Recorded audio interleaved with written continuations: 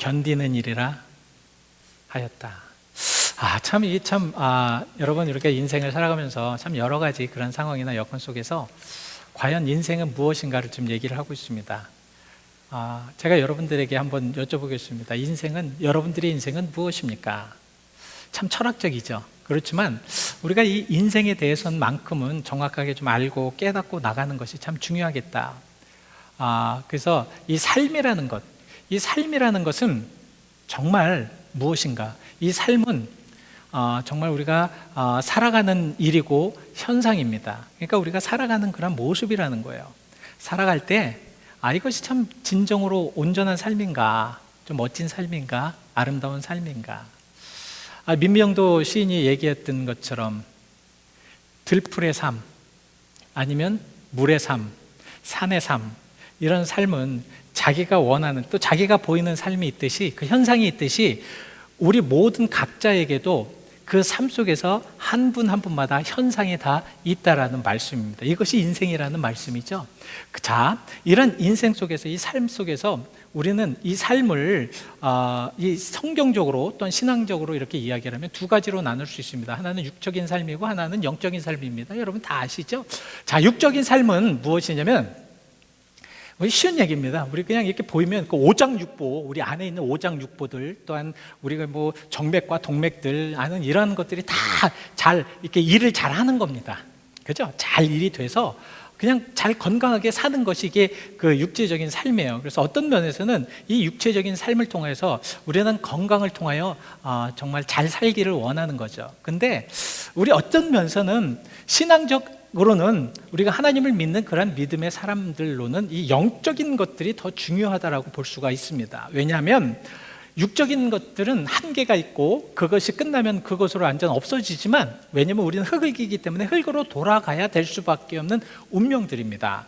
그런데 영적인 삶이라는 것은 이것은 영원한 것이에요. 그죠? 그래서 이 영원한 삶을 통하여서 하나님께서 주시는 그런 영원한 은혜, 이런 것들을 우리가 받아야 되는데, 이 영적인 삶이라는 것은 무엇인가? 영적인 삶은 여러분들도 다 말씀을 드렸던 것처럼 창세기 1장 27절의 말씀처럼 하나님의 형상을 닮은 삶이 바로 영적인 삶입니다. 그러니까 하나님의 그런 닮는 그런 삶들, 하나님의 생각과 하나님의 모습과 하나님이 하시려고 하시는 것들과 이런 것들을 그냥 우리에게 나타나 살아있는 그런 현상으로 이렇게 나타나는 것이 영적인 삶이라는 말씀입니다. 그래서 이런 영적인 삶을 통해서 우리가 잘 살고 또 은혜롭게 살아야 되는데, 가끔 우리는 이러한 삶을 통해서 참 온전하게 살아가야 됩니다.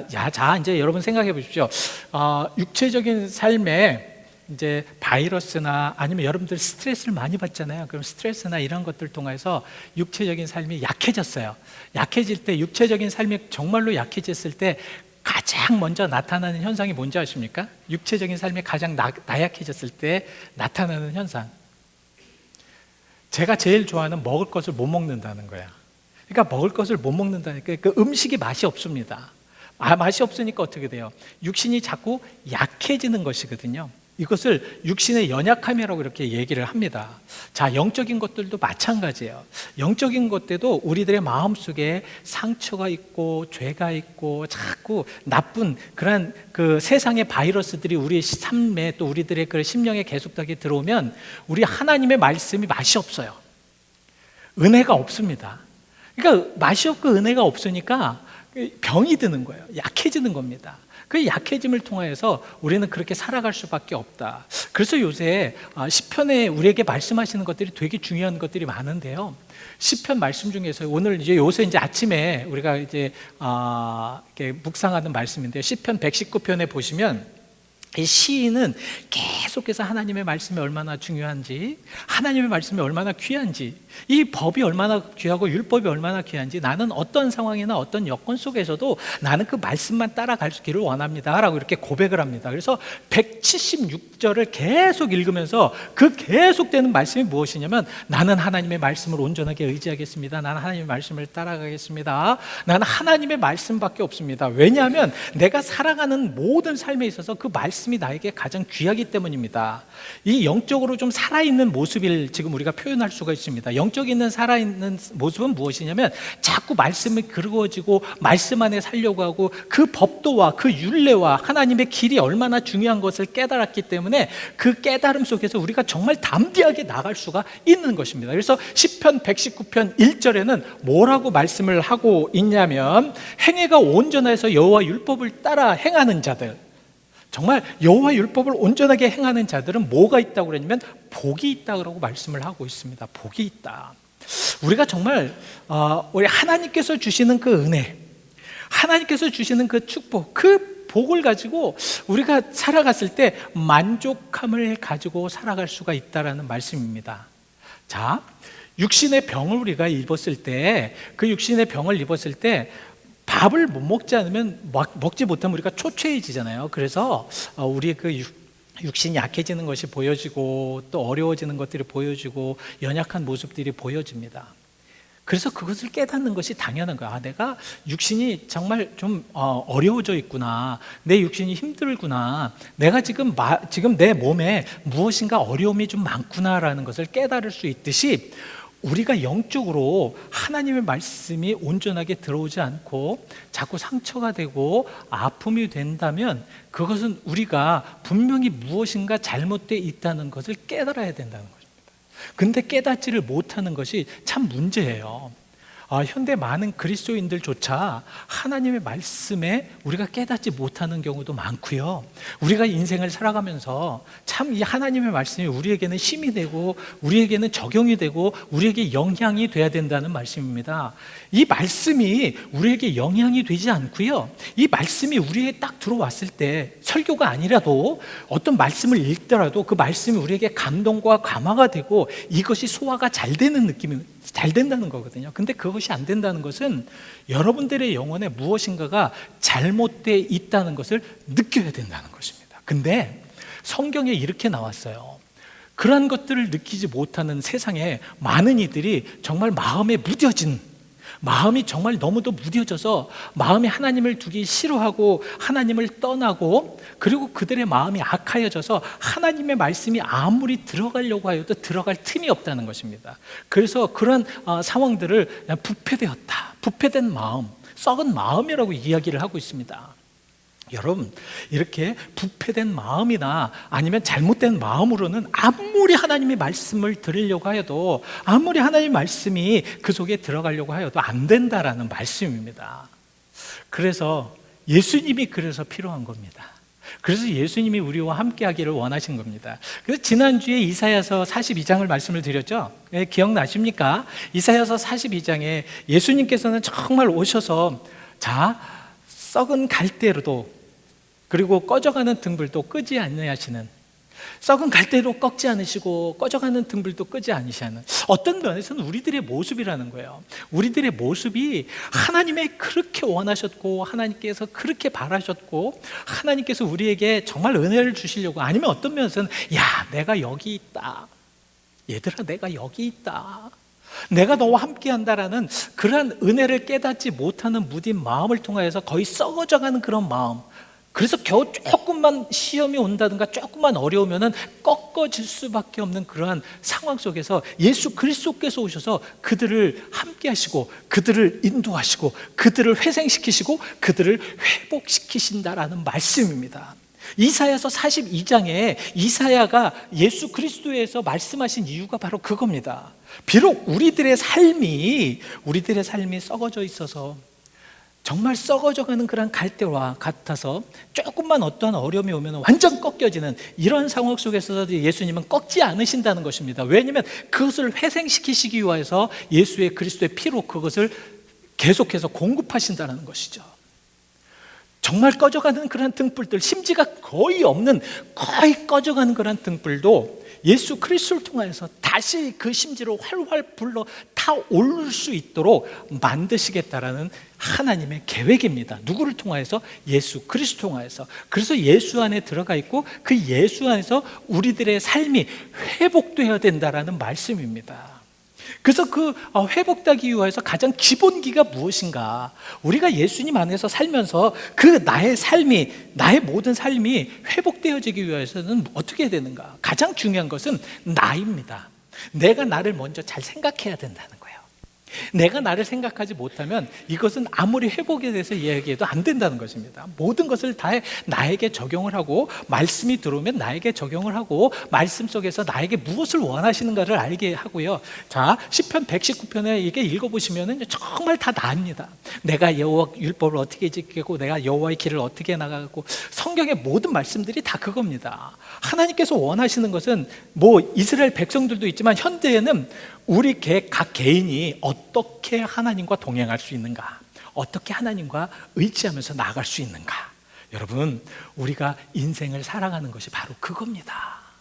하나님과 우리가 동행하면서 살아갔을 때 내가 과연 하나님 은혜 가운데 온전한 삶을 살아가는가. 납니다. 나의 삶을 보자는 겁니다. 오늘도 나를 한번 포커스를 맞춰서 그렇게 한번 믿음을 가지고 말씀을 묵상해 보시기를 바랍니다. 자, 그랬을 때 우리가 이런 하나님의 말씀에 나의 삶을 회복하였을 때 가장 기초가 되는 것은 무엇인가? 오늘 본문 3절에 이렇게 말씀을 하고 있습니다. 자, 그의 신기한 능력으로 생명과 경건에 속한, 저걸 다 이제 말씀을 드릴 수가 없으니까, 자, 그의 그 능력으로, 그의 능력이라는 것은 예수 그리스도의 힘인, 예수 그리스도의 능력이라는 거죠. 자, 그의 예수 그리스도의 능력으로 무엇과 무엇을 우리에게 주셨다고 말씀을 하셨습니까? 생명과 경건을 주셨다. 지난주에도 말씀을 드렸습니다. 예수 그리스도 안에 있으면 우리가 들어가야 되는 이유가 무엇인지, 가장 기본적인 게 무엇이라고 말씀드렸습니까? 영원한 생명을 우리가 얻기 위해서 들어가야 된다고 말씀을 드렸죠. 우리가 예수 안에서만이 영원한 생명이 있습니다. 우리가 예수 그리스도로 온전하게 믿음만이 영원한 생명을 얻을 수 있다는 것이요.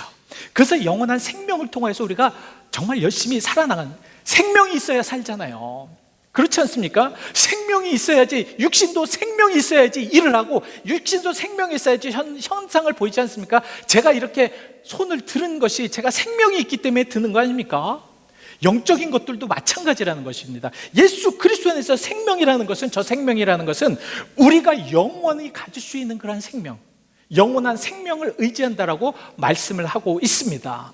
자, 예수의 능력으로 예수 안에 있을 때 우리가 기본적으로 가져야 될 것이 첫 번째 뭐라고요? 생명. 여러분, 생명을 가지시길 바랍니다. 영원한 생명을 가지시길 바랍니다. 영원한 생명이 여러분들의 삶 속에 확실하게 주관되는, 아니면 확실하게 다짐되는 그런 역사가 있으시길 축원드립니다. 왜냐하면 이 생명이 있어야 되잖아요. 우리가 하나님을 믿는 이유가 무엇이냐면 이 생명입니다. 여러분, 생명을 가지셔야 돼요. 우리가 정말 우리 영적으로 생명이 돼야지만, 생명을 가져야지만 우리가 영적으로 무엇인가 깨닫고 느끼고 하나님을 알고, 하나님 앞에 혼남을 당하여도, 하나님께 징계를 받아도 우리가 영적으로 생명이 있고, 그래야지만 깨달을 수가 있는 거거든요. 생명 가지시길 바랍니다. 저기에서 말씀하시려고 하는, 오늘 베드로를 통해서 말씀하시려고 하는 것이 무엇이냐면 그의 능력, 예수 그리스도를 믿음으로써 나타나는 그 생명을 통하여서 살아있으라는 것입니다. 살아있으라는 거예요. 그리고 또한 경건에 속한 것을 주셨다. 자, 이 경건에 대해서 제가 왜 갑자기 경건일까?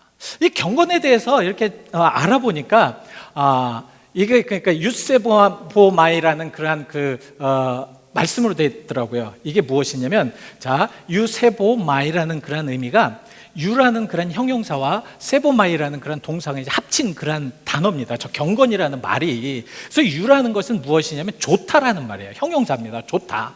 참 무엇인가 좋다. 근데 무엇이 좋냐면, 무엇이 좋은 것이냐면 세보마이. 이 세보마이는 예배를 드리다라는 그런 말입니다. 그러니까 저 경건이라는 말이 가만히 이렇게 해석을 해보니까 예배를 드림이 좋다라는 거예요. 우리들의 삶에, 우리의 영적인 삶에 예배 드림이 좋다라는 그런 의미가 된다는 거죠. 여러분, 예배 드림이 좋으십니까? 예배 드림이 왜 좋으십니까? 예배 드림이 하나님께서 주시는 그 은혜를 통하여, 참 이 은혜가 얼마나 귀한지, 그 은혜를 통해서 우리가 그 하나님을 만나고, 이 예배를 통해서 하나님의 은혜를 받고, 예배를 통해서 영적으로 하나님의 능력을 받을 수 있는 그러한 것이 좋은 예배라는 말씀이에요. 무슨 말씀인지 아시죠? 그래서 우리는 이 온전한 예배, 온전한 진정한 예배로 가야 되는데, 자, 이 좋은 예배, 우리가 정말 드릴 수 있는 좋은 예배가 무엇이냐면 바로 요한복음 4장 24절의 말씀을 하고 있습니다. 자, 하나님은 무엇이니? 하나님은 무엇이니? 영이시니.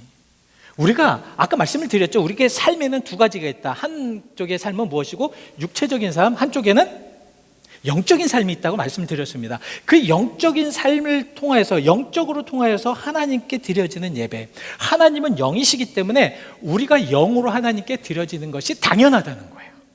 무슨 말씀인지 아시죠? 그래서 우리의 영으로 하나님께 올려드리고, 우리의 영이 하나님을 만나고, 우리의 영이 하나님의 그 은혜를 받고, 우리의 영이 하나님 앞에 온전한 모습으로 드려질 때에, 그랬을 때 온전한 좋은 예배가 될 수 있다라는 말씀입니다. 하나님은 영이시기 때문에 우리의 영으로, 깨끗한 영으로, 여러분, 우리가 아무리 제가 지금 넥타이를 매고 그 다음에 뭐 멋진 슛을 입고, 그리고 정말 목욕을 하고 그 다음에 깨끗하게 그렇게 했다고 하여도 우리들의 영이 온전치 못하고 우리들의 영이 하나님을 만날 준비가 안 돼 있으면 이 예배는 실패가 될 수밖에 없다는 결론이 나옵니다. 그러니까 가장 중요한 것은 무엇이냐면, 예배할 때 좋은 예배가 무엇이냐면 우리의 영이 준비가 되어야 된다는 거죠. 우리의 영이 정말 하나님을 만날 수 있는 그런 준비가 되어야 된다는 말씀입니다. 자, 이게 참 어려운 말씀이죠. 그럼 목사님, 이게 영을 어떻게 우리가 깨닫습니까? 그 깨닫는 것은 이제 우리가 계속 신앙생활하면서 계속 알아야 된다는 거예요. 말씀을 통하여서, 기도를 통하여서. 그래서 어느 때는 이 예배를 통해서 하나님께서 체험하게 하시고, 찬양을 통해서 감동을 주시잖아요. 어느 때는 또 기도를 통해서 마음에 뜨거움을 주셔서 막 하나님 앞에 회개하게 하시고 성령의 그런 역사가 있게 하시지 않습니까? 이런 모든 것들이 다 하나님의 영으로 우리가 예배드릴 수 있는 것입니다. 자, 이렇게 우리가 기본기가 되어 있으면 그 다음으로 이제 우리 삶이 어떻게 되냐면 하나님의 성품에 나아갈 수 있는, 하나님의 성품을 닮아갈 수 있는, 하나님의 성품이라는 것이 뭐예요? 그것이 결국 이퀄입니다. 무엇과 이퀄이면 창세기 1장 7절과 이퀄입니다. 하나님의 그런 거룩한 성품이라는 것은 하나님의 형상이라는 말씀입니다. 하나님의 형상대로 우리가 따라 나갈 수 있어야 된다는 말씀이죠. 그것이 바로 오늘 본문 4절의 말씀을 하고 있습니다. 지극히 큰 약속, 우리에게 이제 주사, 자, 약속으로 말미암아 내가 정욕 때문에 그를 쭉 나가시고요, 신성한 성품, 하나님의 성품에 참여하는 자가 되게 하셨느니라. 자, 저 하나님의 성품에 참여하는 자가 되게 하였는데, 그 성품의 걸림돌, 하나님의 성품에 참여하는데 그것에 정말 그 장애물, 이것을 한번 찾아보시기 바랍니다. 저 말씀을 통하여서 여러분 한번 찾아보십시오. 내가 내 삶에 이제나 기본기가 돼 있어서 생명과 경건, 온전한 예배를 영적으로 이제 드리는데, 이러한 드림에 있어서 가장 큰 장애물이 무엇인지 오늘 베드로는 저렇게 말씀을 하고 있습니다. 무엇입니까? 정욕입니다. 정욕. 이 정욕이라는 것이 무엇이냐면, 이게 되게 좀 무서운 그러한 단어예요. 사실 정욕이라는 것. 근데 저기에서 무슨 말씀이냐면, 이 정욕으로 말미암아 이제 정욕 때문에 세상에서 썩어질 것을 피하라. 참. 그래서 정욕이 있으면 뭐라는 거예요? 우리가 썩어질 수밖에 없다는 거죠. 아까 말씀드렸습니다. 우리가 영적으로 썩어지게 되면 하나님의 말씀을 받아들이질 못합니다. 근데 정욕이라는 것이 썩어진다는 거예요. 그러니까 이 정욕이 우리를 썩게 하고 우리를 아프게 하고 우리를 잘못 만든다는 말씀입니다. 무슨 말씀인지 아십니까? 그래서 우리가 이 정욕을 통해서 조심해야 되는데, 이 정욕에 대해서 잠깐만 제가 두 가지로 좀 이 정욕에 대해서는 첫 번째는 무엇이냐면, 이 정욕이라는 것은 자기의 욕심대로, 육신의 욕심대로, 육신의 뜻대로, 육신의 마음대로 하는 것이 정욕이라는 것입니다. 자, 왜 이 정욕이 육신의 우리의 뜻대로, 우리들의 마음대로 그렇게 하는 것이 무서운 것인가? 왜냐하면 이 정욕은 죄를 불러일으키기 때문에 그렇다는 것이에요. 이것이 어디에 나왔냐면 창세기 4장에 나옵니다. 창세기 4장에 두 사람의 그러한 제사가 나옵니다. 한 사람은 아벨, 한 사람은 가인. 자, 하나님께서 이제 아벨과 가인이 제사를 드리는데 하나님께서 아벨의 제사를 받아주십니다. 가인의 제사는 물리치세요. 근데 가인의 제사가 왜 그랬냐면, 가인의 제사는 정욕으로 드린 제사였습니다. 정욕으로 드렸다는 게 자기 마음대로, 자기의 뜻대로, 하나님이 무시된 채, 하나님이 제외된 채, 하나님의 뜻은 전혀 없는 채로 이 가인이 예배를, 그 하나님 앞에 제사를 드렸습니다. 하나님은요, 하나님께서 원치 아니하는 그 제사는 별로 무시하십니다. 관심을 갖지 않으신다는 거예요. 오늘 여기서도 여러분들이 정말 하나님의 사랑이 가득 차고 하나님을 소망하고 하나님의 역사를 바라는 이들의 그런 예배가 하나님의 기쁨의 예배가 되고 하나님이 주신 은혜를 여러분들에게 부어주실 줄 믿습니다. 근데 그렇지 않는 예배는, 이 가인과 같은 제사는 별로 옳지가 않다는 겁니다. 그래서 창세기 4장 7절에 뭐라고 가인에 대해서 말씀을 하고 있냐면, 내가 선을 행하며 어찌 낫을 들지 못하겠느냐. 낫을 듣지 못하는 그런 선함이 없었던 제사를 하나님께 드렸다는 거예요. 낫을 들지 못하였다는 것이면 선함이 없다는 건 무엇입니까? 자기 뜻대로, 자기 행함대로 자기가 가지고 있었던 모든 것을 그러니까 그것을 이렇게 체인지하지 않으려고 하는, 그러니까 변화시키지 않으려고 하는 그런 삶 속에서 제사를 드렸다는 것입니다. 이 참, 근데 저기에서 이제 제가 여러분들에게 좀 구체적으로 말씀을 드리고 싶은데, 자, 선을 행하지 아니하면 제가 문에 엎드려졌느니라. 선을 행하지 않았기 때문에 그 선을 행하지 아니한 그런 죄로 인하여서 하나님 앞에 드려진, 죄와 같이 함께 드려진, 선이 없는 그런 예배가 드려진 그런 모습으로 우리가 드려지면서 그것을 하나님께 드려지라고 그랬는데 그것이 안 됐다는 거예요. 그것을 받아주시겠냐고요. 그러니까 가인이 그 자기 자신의 그런 그 제사가 하나님 앞에 드려지지 않은 모습을 가지고 창세기 4장 5절 말씀에 뭐라고 표현이 되어 있냐면, 마음이 분하여 얼굴색이 어떻게 졌다? 붉게집니다. 화가 났다는 거예요. 자기가 온전한 제사를 드리지 않고 자기의 정욕대로, 자기의 뜻대로 하나님이 원치 않는 제사를 드려서 하나님이 받지 않았는데, 그 받지 않은 것에 대해서 자기가 그걸 깨달은 것이 아니라, 자기가 온전하게 그것을 아는 것이 아니라 화가 났다는 겁니다. 분했다는 거예요. 아벨의 제사를 옆에서 보니까 막 하나님께서 불로 막 인도하셔서 막 역사가 됐는데 자기는 아무것도 없습니다. 이랬을 때 가장 중요한 것은 무엇이냐면, 우리들의 삶에 가장 중요한 것은, 하나님의 성품을 닮기 위해서 중요한 것은 무엇이냐면 깨달음입니다. 깨달아야 되겠죠? 근데 가인은 깨닫지 않았습니다. 분했어요. 이 분이 사그러지지 않고, 죄가 사그러지지 않으니까 결국은 어떻게 됩니까? 자기의 동생까지 죽여버리는 그런 악함까지 전가될 수밖에 없다는, 이게 참 무서운 얘기입니다. 그래서 이 정욕이라는, 세상에 썩게 하는 그런 정욕이라는 것이 이렇게 무섭습니다. 세상에 썩게 하는 이 정욕이라는 것, 두 번째는 무엇이냐면 바로 하나님을 대항할 만큼의 그런 악한 모습을 얘기하는 것입니다.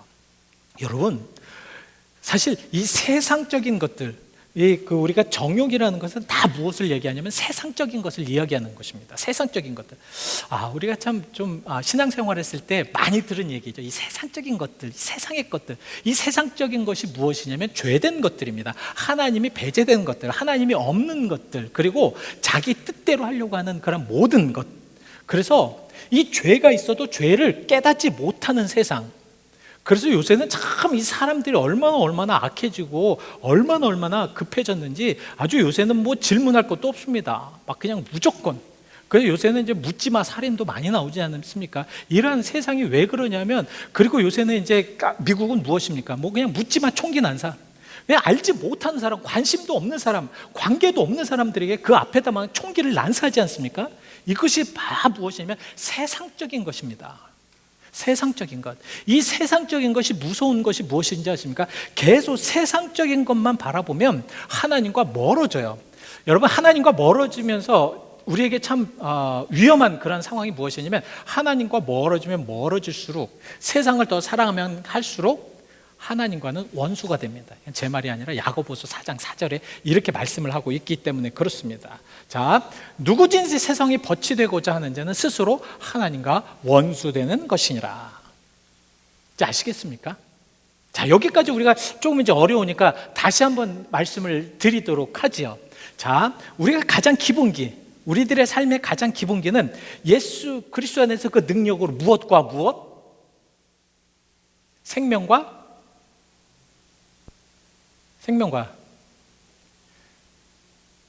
경건.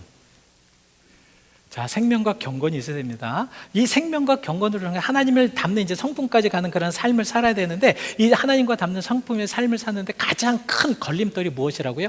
정욕, 세상의 것들, 세상의 많은 것들, 이런 것으로 인하여서 우리는 넘어질 수밖에 없다는 거죠. 그래서 세상의 것들을 버려야 됩니다. 자, 이런 세상의 것들과 이제 좀 단절하고 이제 버려지는 그런 삶을 살기 위해서 우리들이 이제 어떻게 해야 되는가? 이제 우리들의 그런 하나님을 닮아가는, 그리고 회복되는 우리들의 삶에 나타나는 그런 것들, 또 어떻게 해야 되면 그렇게 돼야 되는가? 자, 그러면 어떻게 해야 되는가? 우리가 만약에 이제 회복되었다, 우리가 하나님과 같이 동행하게 되었다 했을 때 가장 먼저 나타나는 그런 현상이 있습니다. 오늘 본문 5절의 말씀을 하고 있거든요. 그것은 무엇이냐면, 너희가 힘써 너희 믿음에 무엇을? 덕. 이 덕이라는 말씀이 그러니까 윤리적인 말씀에 그러한 그 뭐 착함 아니면 올바름 이런 것이 됐거든요. 이 덕이라는 것을 정확하게 무엇을 의미하냐면 그 옳다라는 것을, 그러니까 의롭다는 것을 의미하게 됩니다. 의롭다는 것은 무엇인가? 바로 그 의로움을 통해서, 옳은 것을 통해서 살아갈 수 있다는 거죠. 그러니까 우리들이 회복된다면 옳은 삶을 살 수밖에 없다는 겁니다. 우리가 진정으로 회복된다면 옳은 삶을 살아갈 수밖에 없습니다. 근데 그 옳은 삶을 살아갔을 때 그것을 우리가 계속해서 하나님과 옳은 삶으로 계속 가다 보면 그곳에서 예수 그리스도를 만날 수 있다는 거죠. 그곳에서 예수 그리스도 우리 함께 한다는 것을 깨닫게 된다는 것입니다. 우리가 옳은 모습으로 옳은 길로 계속 가다 보면 그 뒤편에는, 그 마지막 끝에는 예수 그리스도가 서 있는 것을 우리가 발견할 수가 있다라는 말씀입니다. 그래서 우리는 계속해서 이 덕을 가지고 살아야 되는, 그 믿음의 덕이라는 말씀은 우리가 옳게 사는 것, 그러니까 우리들의 그 회복된 삶 안에는 그 옳음이, 이 덕이 있어야 된다는 말씀입니다. 그 덕을 통해서 어떻게 그 다음에는 두 번째로 무엇이냐면 하나님을 아는 지식이 조금씩 더 더해진다는 거죠. 여러분, 이 하나님을 아는 지식들, 어떻게 우리가 하나님을 아는 지식이 필요한가? 그리고 왜 우리가 하나님이 아는 지식이 필요한가? 자, 지난 수요일 날 말씀을 드렸습니다. 우리 행복에 대해서 좀 이제 말씀을 드렸는데요.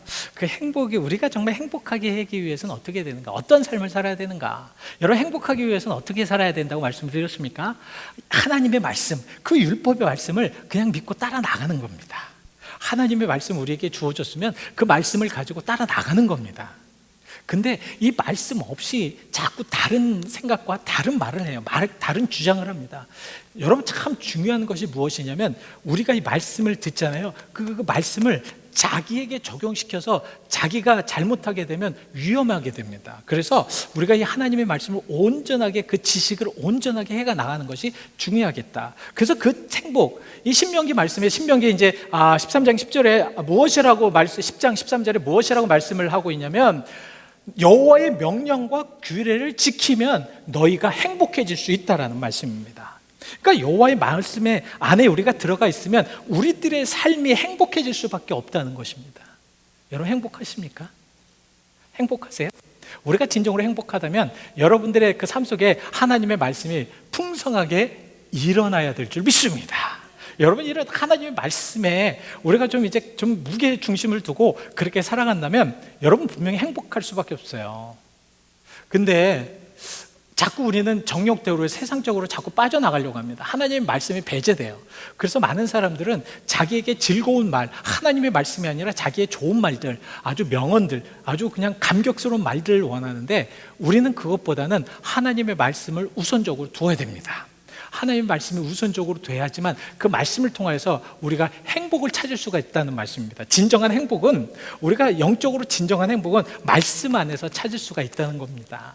말씀 안에 우리가 무엇을 어떻게 해야 될지, 어떤 삶을 살아가야 될지를 다 이 말씀을 통해서 말씀해 주고 있기 때문에 이 말씀을 통해서 우리가 진정한 행복을 찾아갈 수가 있다는 거지요. 그래서 여러분, 우리가 정말 하나님의 그 은혜를 온전하게 받고, 그리고 말씀 안에 이렇게 잘 가다 보면 그 말씀 속에서 역사하신 나의 삶 안에, 회복된 삶 안에는 항상 행복감이 들어갈 수밖에 없습니다. 근데 여러분, 가끔 가다가 내가 불행하죠. 내가 좀 힘들다고 생각하죠. 근데 그 힘들고 불행하다고 생각하는 것을 가만히 이렇게 막 흩어서 뒤져보면 그 안에는 말씀이 없어요. 내가 왜 이렇게 어려운가, 내가 왜 이렇게 힘든가 했을 때 막 한번 뒤져보십시오. 한번 정확하게 뒤져보십시오. 그 안에는 말씀이 없기 때문에 그렇습니다. 그래서 이 지식에, 하나님을 아는 지식이 굉장히 중요하다라는 말씀입니다. 자, 이 하나님의 아는 지식을 위해서 우리가 우리들의 삶에 그럼 어떻게 해야 되는가? 바로 절제를 해야 됩니다. 이 절제와 또한 절제를 더 계속 유지시키기 위해서 인내를 해야 된다는 말씀이죠. 오늘 그 말씀을 하시는 겁니다. 자, 절제. 이 절제라는 것은 이제 자제력이거든요. 왜 하나님의 말씀을 이렇게 하면은 우리가 하나님의 그 말씀 안에서 우리가 자제하고 절제해야 되는가? 사실 하나님을 알게 되잖아요. 하나님을 알게 되면 우리가 하나님을 경험하게 됩니다. 그죠? 안 해보셨나 본데 하나님을 경험하게 됩니다. 하나님을 경험하게 되면 하나님의 은혜가 막 쏟아지는데 그 하나님의 은혜와 함께 오는 것이 은사들입니다. 그래서 어느 분에게는 뭐 병 고치는 은사가 있다든가 방언의 은사가 있다든가 아니면 예언의 은사가 있다든가 사랑의 은사가 있다든가 봉사의 은사, 하여튼 뭐 엄청난 그런 은사를 계속해서 부어주신다는 거죠. 무슨 말씀인지 아십니까? 그랬을 때 우리가 조심해야 될 것은 그 은사를 가지고 교만해진다는 것입니다. 하나님의 은혜가 넘치는 곳은 항상 교만이 뒤따릅니다. 하나님의 역사가 있잖아요. 하나님의 능력이 있잖아요. 예를 들면 제가 지난주에도 말씀을 드렸죠. 제가 이제 병 고치는 은사가 있습니다. 병 고치는 은사가 있어서 그분을 병을 고쳐줬습니다. 근데 제가 고쳐주신 게 아니라 하나님의 은사로 깁스로 그렇게 했는데 우리는 내가 고쳤다라고 생각하는 그 교만을 가질 수밖에 없다는 말씀입니다. 그러니까 하나님을 아는 지식이 크면 클수록, 많으면 많을수록 우리에게 조심해야 될 것이 절제입니다. 자제라는 말씀입니다. 그러니까 자꾸 여러분 분명히 알아두십시오. 절제가 없는 이들에게는 하나님의 말씀을 이상하게 얘기들 합니다. 말씀이 이상하게 됩니다. 절제가 없기에 하나님의 지식에 대한 그런 모든 것들이 하나님의 뜻에 의해서, 하나님의 역사하심의 뜻에 의해서 그렇게 나가야 되는데 그것이 아니라 자기의 생각과 자기의 것들이 겹들여서 그렇게 나가니까 어떻게 돼요? 교만하게 됩니다. 굉장히 교만해져요. 이 교만함이 우리에게는 되게 조심해야 될 것입니다. 그래서 우리는 절제하면서 그 절제를 계속해서 이끌어 나갈 수 있는 것이 무엇입니까? 인내입니다. 인내를 통해서 우리가 끝까지 그 절제를 해 나가야 된다는 말씀입니다. 그래서 우리는 정말 인내할 것이 너무도 많아요. 정말 자제하는 통하여서 계속해서 그 자제함을 통해서 우리가 이끌어 나갈 수 있는 인내함이 얼마나 중요한지 모릅니다. 그래서 야고보서 5장 7절 말씀에는 뭐라고 말씀을 하고 있냐면 주가 오실 때까지 우리가 견디게, 주가 오실 때까지 견디라는 말씀입니다. 이것이 인내거든요. 우리는 참 그래서 끝까지 인내해야 합니다. 이것이 참 잘못된 부분들이라도 계속 그것을 절제를 가지고 자제력을 가지고 인내해야 합니다. 근데 그 인내가 잘못되면 안 되니까 어떻게 해야 되느냐? 그 다음에 경건의 훈련으로 계속 하라는 거죠. 경건의 훈련으로. 그래서 기도하고 말씀 묵상하고 성경 공부하고 계속 이런 것들을 통하여서 우리는 계속 인내를 배워야 된다는 말씀입니다. 하나님의 은혜가 있으면 자제가 되고 하나님의 은혜가 있으면 우리가 인내하며 하나님의 은혜를 통하여서 우리가 계속 그것을 바라야 되기 때문에 경건 훈련이 계속 돼야 된다는 말씀입니다. 자, 이런 경건 훈련이 됐으면 어떻게 되냐? 그 다음 단계, 우리의 삶의 다음 단계는 그래서 형제와 사랑할 수 있게 되는 것입니다. 이해할 수 있게 된다는 거죠. 그래서 형제의 우애를 이라는 말씀이 무엇이냐면 이것은 앞에 뜨겁게 사랑하라는 것입니다. 뜨겁게 그를 관심을 가지라는 말씀이에요. 그것이 베드로전서 1장 22절에 말씀을 하고 있습니다. 뜨겁게, 뜨거운 마음으로 그런 마음을 가지고 형제와 함께 그렇게 우애를 가지라. 그렇게 되면서 그 모든 것 위에 마지막입니다. 모든 것 위에 무엇을 더하라. 오늘 본문 7절인데요. 아유, 보여주셨네요. 오늘 무엇을 더하라. 답이 나왔는데도 안 됩니까? 이게 모든 것에 사랑을 더하라. 사랑을 더하라. 참 사랑하기 힘든 그런 세대입니다. 그죠? 부부뿐만 아니라 또 형제뿐만 아니라 이웃뿐만 아니라 모든 주변에 이 사랑하기 참 어려운 그런 세대가 되어버렸습니다. 정말 인내하면서 절제하면서 이렇게 사랑이 돼야 되는데 그렇지 못하는 경우가 얼마나 많은지 모릅니다. 이랬을 때 지금 오늘 베드로는 그 모든 곳에 진정한 사랑을 더하여 그 사랑을 통해서 이끌어 나가라는 말씀이죠. 자, 이제 여러분들이 또 잊어버리실까 봐 다시 한번 말씀을 드립니다. 우리에게는 정말 신앙의 기본기 꼭 있어야 됩니다. 그 기본기가 예수 그리스도의 능력을 따라서 무엇과 무엇? 생명과 경건. 이 경건, 생명과 경건을 통해서 우리가 정말 자꾸 이렇게 부딪히고 걸림돌이 있습니다. 그것이 뭐라고요? 정욕. 세상의 정욕들입니다. 이 정욕은 세상의 것들이기 때문에 우리가 버려야 됩니다. 그래서 이 모든 것을 이제 되어진 다음에 이제 우리가 회복된 삶을 살기 위해서는 우리가 의롭게 사는 모습들 참 중요합니다. 그죠? 의롭게 살고 또한 하나님에 대한 무엇? 지식. 하나님에 대한 지식을 정말 잘 가져야 됩니다. 하나님의 지식을 잘못 가져가지고 이게 참 어려움이 많은 사람들이 많아요. 하나님의 지식을 정말 잘 가져야 됩니다. 그래서 여러분 하나님의 지식을 잘 가진 사람들과 항상 동행하시길 바랍니다. 이거 참 중요해요. 그래서 하나님과 대한 지식을 잘 갖고 그 지식을 위해서 어떻게 해야 된다고요? 절제와 인내가 필요하고 그 절제와 인내, 이 인내를 계속해서 유지하기 위해서 무엇이 필요하다? 경건의 훈련이 필요하다. 경건의 훈련을 위해서 우리가 계속해서 이제 나가야 됩니다. 그 경건의 훈련에 이제 더하여서 형제와 함께 사랑할 수 있는 그런 사랑들. 그 위에 모든 것 위에 무엇을 더해야 됩니까? 사랑을 더해야 됩니다. 자, 이제 좀 이해가 되시죠? 다음 주에 이제 시험을 좀 봐야 될 것 같아서 제가 이렇게 또 시험 보기 싫어서 또 다음 주에 안 나오겠다 이렇게 하지 마시고요. 한번 제가 여러분 이번 주에 제가 왜 이렇게 자꾸 말씀을 드리냐면 한번 좀 리프렉션 해보라는 거예요. 내 점검을 좀 해보라는 거야. 내 자신에 대해서 한번 이 말씀을 주셨는데 내가 과연 어떻게 살아가야 될까? 이런 부분들이 참 중요하기 때문에 말씀을 드립니다. 우리 잠시 눈을 감아 보시길 바랍니다. 오늘 말씀을 잘 기억하십시오. 나의 삶에 민병도 시인이 우리에게 이렇게 좀 좋은 시를 통하여서 정말 풀꽃의 삶이 무엇이냐, 물의 삶이 무엇이냐, 산의 삶이 무엇이냐 물어보았더니 흔들리는 일이라고 하였고, 흐르는 일이라고 하였고, 견디는 일이라고 하였고. 그러면 여러분 물어보십시오. 하나님께서 바로 나에게 인이야 너의 삶은 무엇이냐 라고 물어봤을 때 우리는 무엇이라고 대답할 수 있는가?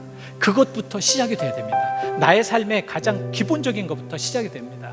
그 기초가 바로 우리들의 삶은 무엇이 돼야 되냐면 하나님을 닮은 형상이 회복돼야 됩니다. 그래야지만 그것이 시작될 수가 있습니다.